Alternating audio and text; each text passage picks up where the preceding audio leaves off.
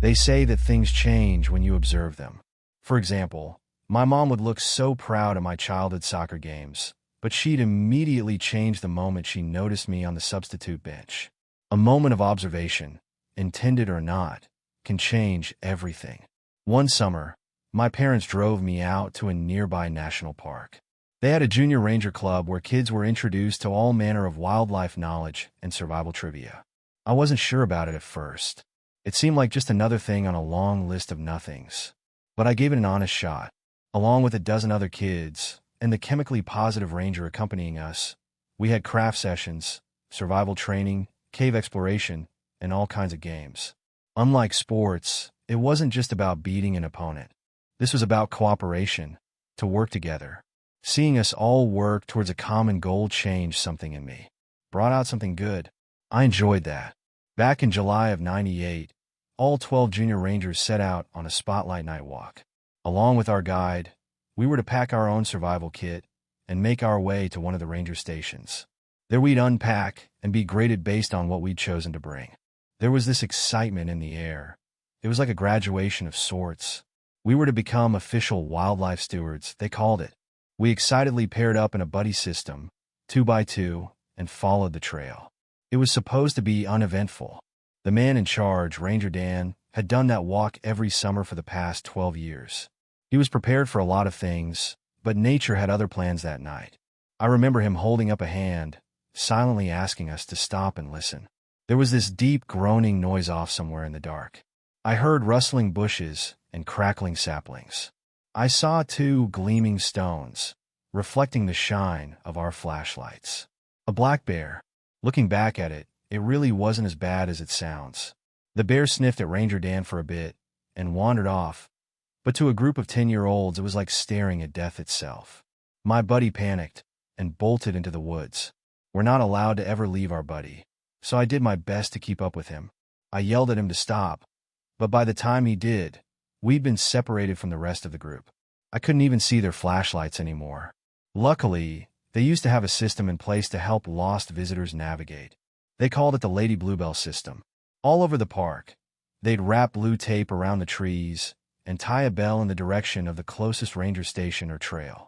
Even in the dark, you could hear a bell go off every now and then, and you could check the bell to get a direction. Spotting that blue tape immediately improved our odds of survival. We'd been taught that if all else fails, all we had to do was to follow 3 simple rules. Stop, listen, look. Lady Bluebell takes you home. Those were the rules. That first moment when I realized we were lost was horrifying. I could barely breathe, like I was choking on the darkness. My buddy was having a panic attack, but I did what I'd been told to do. To stop, listen, look. Lady Bluebell would take me home. And I swear, not only did I hear that bell, I saw her. A tall woman in a blue dress, off in the distance. A suntanned arm pointing us in the direction of the trail. Long dark hair framing a brilliant smile. A warm presence in the dark of night. Maybe I remember it wrong. Maybe she wasn't really there. But I think she was. My buddy and I were probably lost for no more than 20 minutes. We made our way back to the trail. Not long after that, we spotted flashlights in the distance. The rest of the night was nothing but praise from Ranger Dan, all the hot dogs we could eat, and scary stories told by a roaring campfire. I never told anyone about seeing Lady Bluebell. Not a living soul. My mom thought that night would be the end of my interest in the Junior Ranger Club, that it'd scare me away. But strangely, it had the opposite effect. I had used what I'd learned to survive, to win. And this wasn't just winning a game, this was winning at life itself. I'd faced real, actual danger, and lived to tell the tale. That's when I knew I wanted to be a park ranger. I got my Bachelor of Science in Forest and Natural Resource Management from MSU, worked a few different jobs, took a sabbatical, and ended up with a position at the Minnesota Department of Natural Resources in 2009. Nowadays, I'm the one running the Junior Ranger Club. Ranger Dan retired back in 2018, but still volunteers for the club in the summer. I've acquainted myself with the area for over a decade. I'm confident when I say that I know my way around. I know what animals roam which areas, and I can tell by the shifting seasons what is to come. I know how flash floods smell, and I can tell by the taste of the air when a lightning storm is coming. Still, every now and then, Mother Nature surprises me. And sometimes, she gives way to something different entirely. The park has changed a lot too. The Lady Bluebell program, for example. Over the years, it evolved into a sort of mascot. She was portrayed as this radiant woman in a blue summer dress. She also had her sidekicks, like the mischievous Ricky Raccoon and the ever-somber Sunny the Sad Sunflower.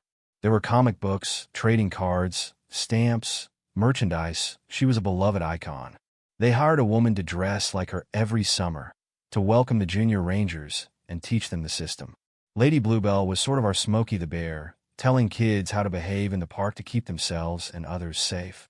I loved it.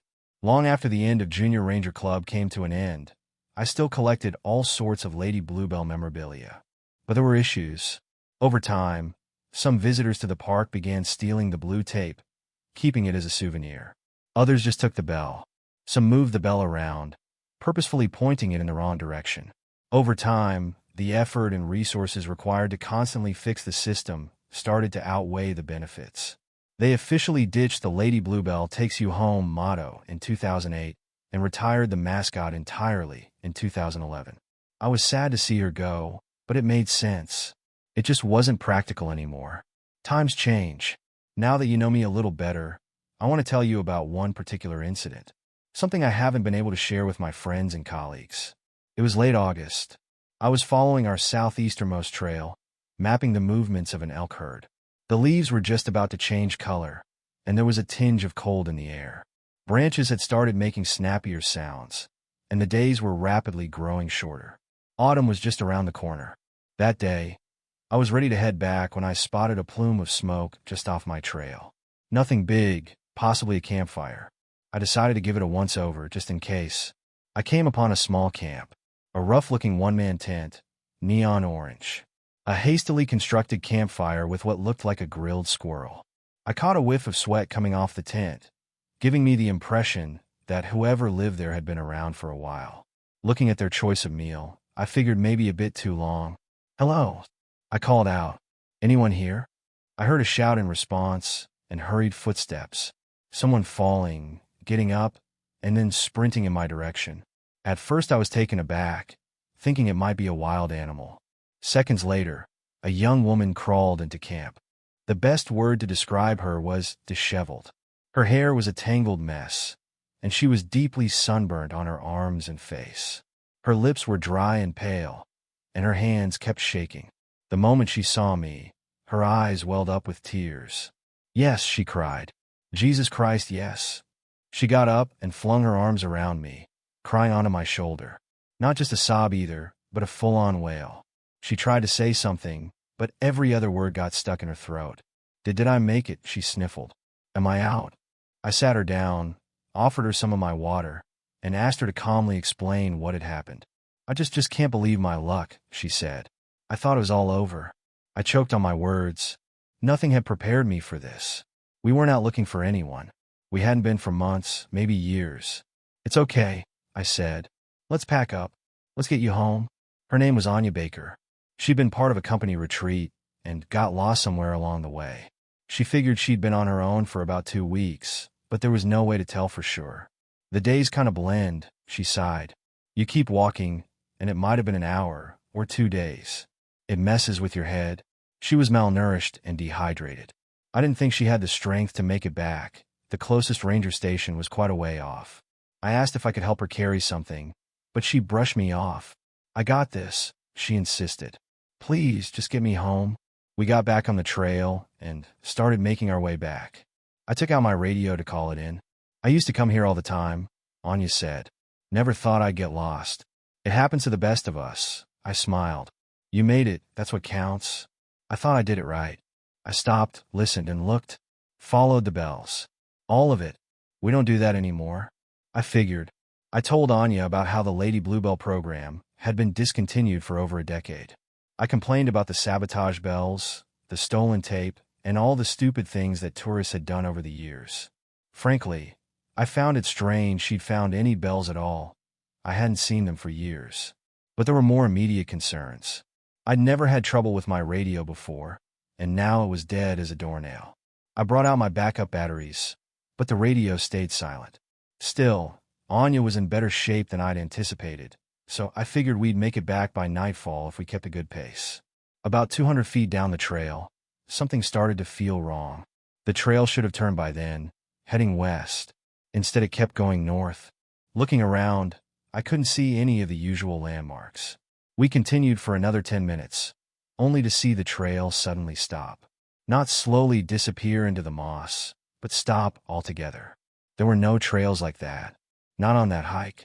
Not for as long as I'd been there. I wasn't taking any chances, and there was no point dwelling on it. The radio was busted, so I picked up my flare gun. It was only one shot, so I had to make it count. I aimed it up, asked Anya to step back, and fired. The light soared into the sky with a whoosh, bathing the treetops in an intense red glow. Those things are louder than you think. It's nothing like the movies. Now we sit tight, I said. They can't find us if we keep moving. So we buddy up, Anya smiled. That's what you're supposed to do, right? That's right, I nodded. You a junior ranger? Anya made herself comfortable on a log and took a swig from my canteen. Lady Bluebell takes you home, she sighed. She shook her head and handed back my canteen. A twinkle in her eye came and went. Not anymore, it seems. We stayed out there for hours. We shared a protein bar, and Anya helped me set up a campfire. To my surprise, there was a stream nearby. There wasn't supposed to be, but there was. We boiled some water, refilled my canteen, and made ourselves comfortable. It could be hours before someone got to us. It didn't take long for the sky to turn black. I figured no one would find us in the dark, so we set up camp. Anya had her tent, and I had a hammock. We both went to bed early, but I couldn't get any sleep. My new buddy was out cold, though. I guess the excitement of seeing another person for the first time in weeks was enough to wear her out. I, on the other hand, was anxious about not finding my way back. It didn't make any sense. I'd walked that trail 1,000 times. Somewhere in the space between the waking world and an uneasy sleep, I remember thinking about Lady Bluebell. Her 3 rules were simple. Stop, listen, look. First, to stop, so you don't get more lost than you already are. Second, to listen. The sound of the bells usually travels much further than the sight of the blue tape. And the third rule, to look, was a reminder to identify which way the bells were positioned. I remember thinking that we'd already done the first part. We'd stopped. A part of me wanted to listen, like I'd done back when I was a kid, to hear that bell and find my way back. As sleep faded from my mind, my eyes drifted into the dark. I noticed a strip of blue tape wrapped around a nearby tree. Strange that I hadn't seen it before. Maybe it wasn't there until I started to look for it. Anya was awake long before I was. She'd heated up a bag of chickpeas from my pack and sliced up some salami.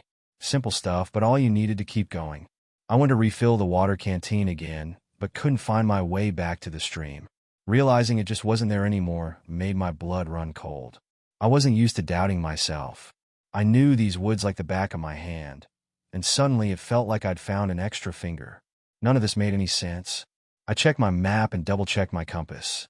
There was nothing even close to a landmark in our vicinity. There were no obvious elevations, lakes, or rivers. I was running out of options. It took me a moment to realize the Anya was staring at me from across the campfire, having picked up on my anxious fiddling. She gave me a reassuring smile. I saw her once, she said. Back when I was a junior. It's not uncommon, I added. Lots of kids think they see her. We all made her up in our minds, trying to convince one another that she was real. No, really saw her. Dress and all. Tall as hell. Anya finished up her last spoonful of chickpeas. I was out fetching firewood. I wasn't even lost. She just stood there, looking at me. Shadows can play tricks on us. No, see, that's the thing, Anya laughed. It was the middle of the day. We waited all day long. Morning, afternoon, and long into the night. Still, not a soul to be seen. No flares going up, no sounds in the distance. It was just me, Anya, and miles of forest. A forest that should be familiar to me, but somehow wasn't. We decided that come morning, we would make our way back on our own. Heading straight north should bring us to one of the main trails, no matter our approaching angle. I couldn't bring myself to tell Anya that I, too, had seen Lady Bluebell. After all these years, I still couldn't believe it, even though it had been just as clear as the way Anya had described it. That night, I stayed up listening to the howling wind. I tried to ignore it, but I couldn't. I couldn't help but to listen. And the more I tried to avoid it, the more I heard it. And there, hidden in the breeze, was something else. Distant bells, urging me to look for Lady Bluebell. The next day we packed up and got moving. Anya was much better off than when I'd first met her, having snacked on most of my backup rations. I still had some left, but we'd have to start foraging soon. Still, the trail shouldn't be more than a few hours out at most. But then again, nothing seemed to be where it ought to anymore. We hiked through a clearing, stepping over collapsed trees and knee-length grass. Then I spotted something in the distance. I waved Anya over, and we took a detour. It was one of our old stop, listen, look signs. I hadn't seen one in years. It was a bit roughed up, but still legible. However, it had been slightly altered. Someone had added "don't" to every line with a bright blue paint. Don't stop. Don't listen. Don't look. Lady Bluebell won't take you home. Did you dash? No, Anya interrupted. That's new. We came to the same conclusion. We weren't alone out there. We continued north, but I couldn't help the feeling that there was something off about the whole area. I started to notice little details all around. Broken branches and paths in the grass. There was a spot next to a large rock that looked like someone had been sleeping next to. The tracks were pretty distinct. I even found a few footprints, and Anya swore that she'd never been there before. By late afternoon, I was getting worried. Not only had there been more footprints and tracks, but they were getting fresher. We slowed our pace, and I started to take a better look around. I needed to get an estimate of just how many others were out there. I was following the tracks of about 3 people when I saw another clearing ahead of us. It took me a few moments to realize that we had, effectively, walked in a circle. We were back at square one. I could even see the stop, listen, look sign in the distance. I brought out my compass, took Anya by the arm, and stormed off. We had to try again. I don't know when and where we got turned around, but we couldn't stop now. We kept going north, and this time I didn't put away my compass for a second. We settled into a steady jog, making sure the clearing stayed behind us. Anya kept a steady pace, even if she made a lot of noise. At one point, we stopped to drink some water. I looked back for a second, only to see something in the distance. I couldn't tell what it was, but it was standing upright. No, not just standing, running. At first, we didn't understand what we were looking at. It took me several seconds to realize it was even human. A young man, no older than 17, maybe 18. Rough hair, with cuts all over his legs and arms. He was only wearing a pair of torn jeans, darkened by weeks of built-up dirt. He didn't run like people usually do. He was hunched over and flailing with his arms. He kept doing this strange motion with his neck, like a bobblehead, never standing still. As he got closer, I could hear this constant mumbling. Not a scream or a whisper. It was like he was trying to manically force little words into every exhaled breath. I couldn't hear what he was saying. I only understood that it was repeating. Anya backed away, but it was clear that he was heading straight for us. That's when I noticed the sharpened flint in his hand. Before I realized what was about to happen, he charged us. He went for Anya first, but she was too quick for him. As she ducked behind a tree, I moved to intercept. I grabbed my camping shovel from the side of my backpack and took a wild swing. As our attacker turned to face me, my swing clocked him right across the side of his face. There was a deeper cut than I'd anticipated, severing parts of his ear. He reeled back and fell over. He struggled to regain his balance, but the head trauma made his eyes spin. His mouth kept opening and closing like a fish out of water, forming the same words over and over and over again. Don't stop. Don't stop. Don't listen. His eyes locked onto mine. His pupils widened as a shiver worked its way into his voice. Shaking his head, a tear escaped him. Don't look, he quivered. Don't look. His eyes flicked to something off my side. A piece of tape, hanging off a broken tree. As I tried to assess his wound, he burst into movement. No longer able to run straight, he toppled over into a bent-over gallop, bracing himself against trees and stumps as he fled in a panic. I heard branches snapping long after he was out of sight. Anya just stood there, frozen. I tried to put my hand on her shoulder, but she reflexively slapped it away. I could see she was on the verge of hyperventilating, barely holding on. Just give me a second, she said. Please. After that, we slowed down. I kept hearing noises in the distance, mumbled words and snapping twigs. And sometimes, when there was a sudden gust of wind, there'd be bells. Sometimes one, sometimes several. But we stayed the course, moving north. As night fell, I realized that I didn't want to stop. Whenever I stopped, the sounds would get louder. The bells would get closer. Whatever lurked in the dark seemed to gain on us. Even though nothing leapt out at us, and there were no more attacks, I had this constant sense of unease, like sleeping in gasoline right next to a wobbly candle. Anya wasn't faring much better. She sat next to our campfire for hours, slowly rocking back and forth. Sometimes I'd see her snapping her head in one direction or the other, as if reacting to a sudden noise that only she could hear. I twisted and turned for hours, barely keeping my eyes shut. It felt like the night would never end. The more I thought about it, the slower time seemed to move. I remember staring up at the night sky, waiting for the moon to come into view. It never did. Anya told me she would wake me up before going to sleep, so we could take turns keeping watch. It didn't do me much good, though. I was just as awake as she was. I got about an hour's worth of sleep. All in all, Anya didn't get anything. She didn't even bother to set up her tent. When I finally got up, it was still dark out. I checked my wristwatch, but it had stopped just before midnight. Anya was still up, staring into the cinders of the campfire. We had plenty of firewood, but she just couldn't be bothered to put them on. I got up from my hammock and stretched. It's been more than a couple of weeks, said Anya. Time stopped making sense long ago. What was the last date you remember? Late July, I think. That's not too bad, I smiled. Just a couple of weeks out. I dug out the remaining salami from my pack and cut me a slice. I sat down across from her, at the other end of the campfire. I put a log on and watched the fire crackle back to life. Then, something whispered in the back of my mind. An obvious question that I hadn't considered. Up until now, it had been too absurd to ask. What year? Anya and I locked eyes. I could see a stark realization boiling in the back of her mind. I repeated the question. What year, Anya? Who's the president? She didn't respond. Something cold crawled up my spine as a thought settled. I didn't know who the hell was sitting across from me, or what they'd really seen. Where were we even going? We should pack up, she said, breaking the tension. It's still dark out. Sometimes it stays that way for a while. As Anya packed up, I felt deflated. She was holding something back. If we were to make it out, in any capacity, we needed to work together. Follow the buddy system. Anya, you're not making any sense. Sometimes it stays dark. She breaks the rules to keep us here. What are you talking about? I've been here so long that I don't know what's real anymore. I thought I could trick myself into forgetting, but she won't let me. She's there. She's always there. I didn't say anything. Anya kept pacing back and forth, scratching the back of her head. I wrote the damn sign, she growled.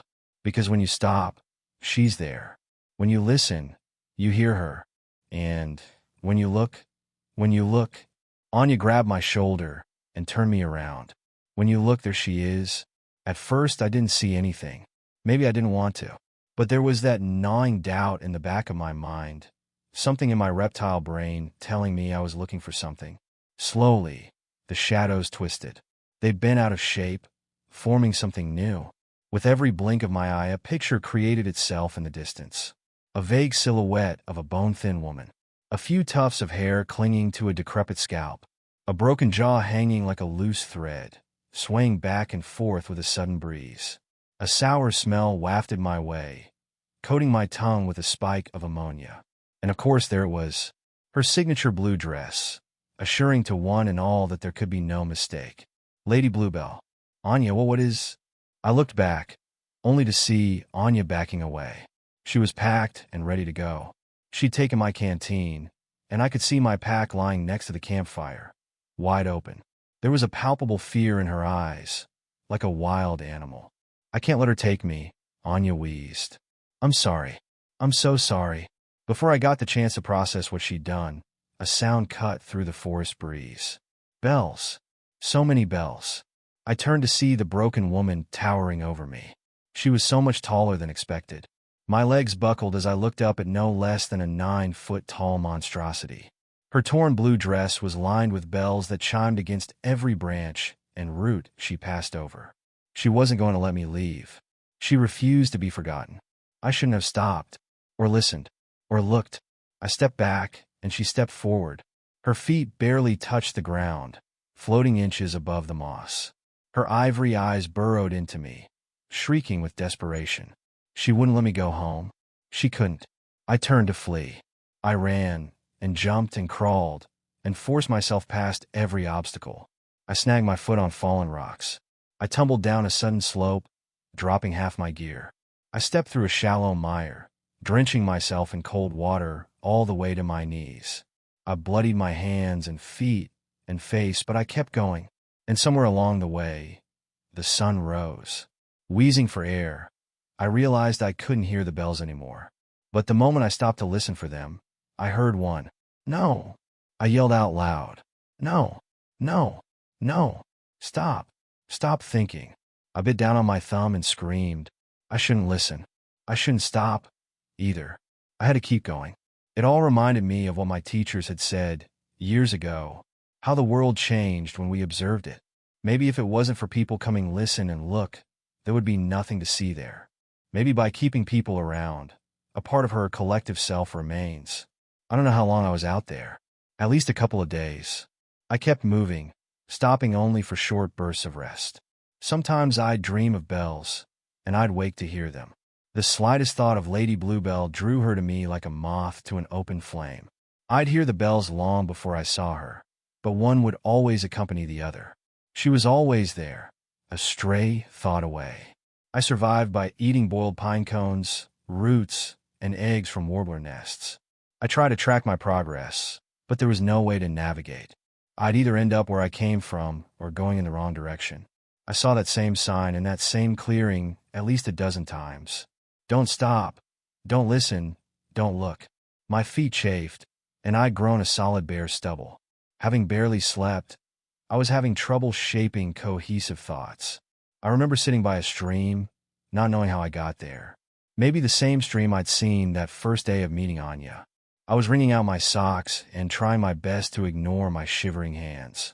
I felt so weak that I couldn't remember what strength felt like. Just getting back on my feet felt like such a monolithic task that I couldn't force myself to do it. I resigned to sitting there with one naked foot in the ice-cold water.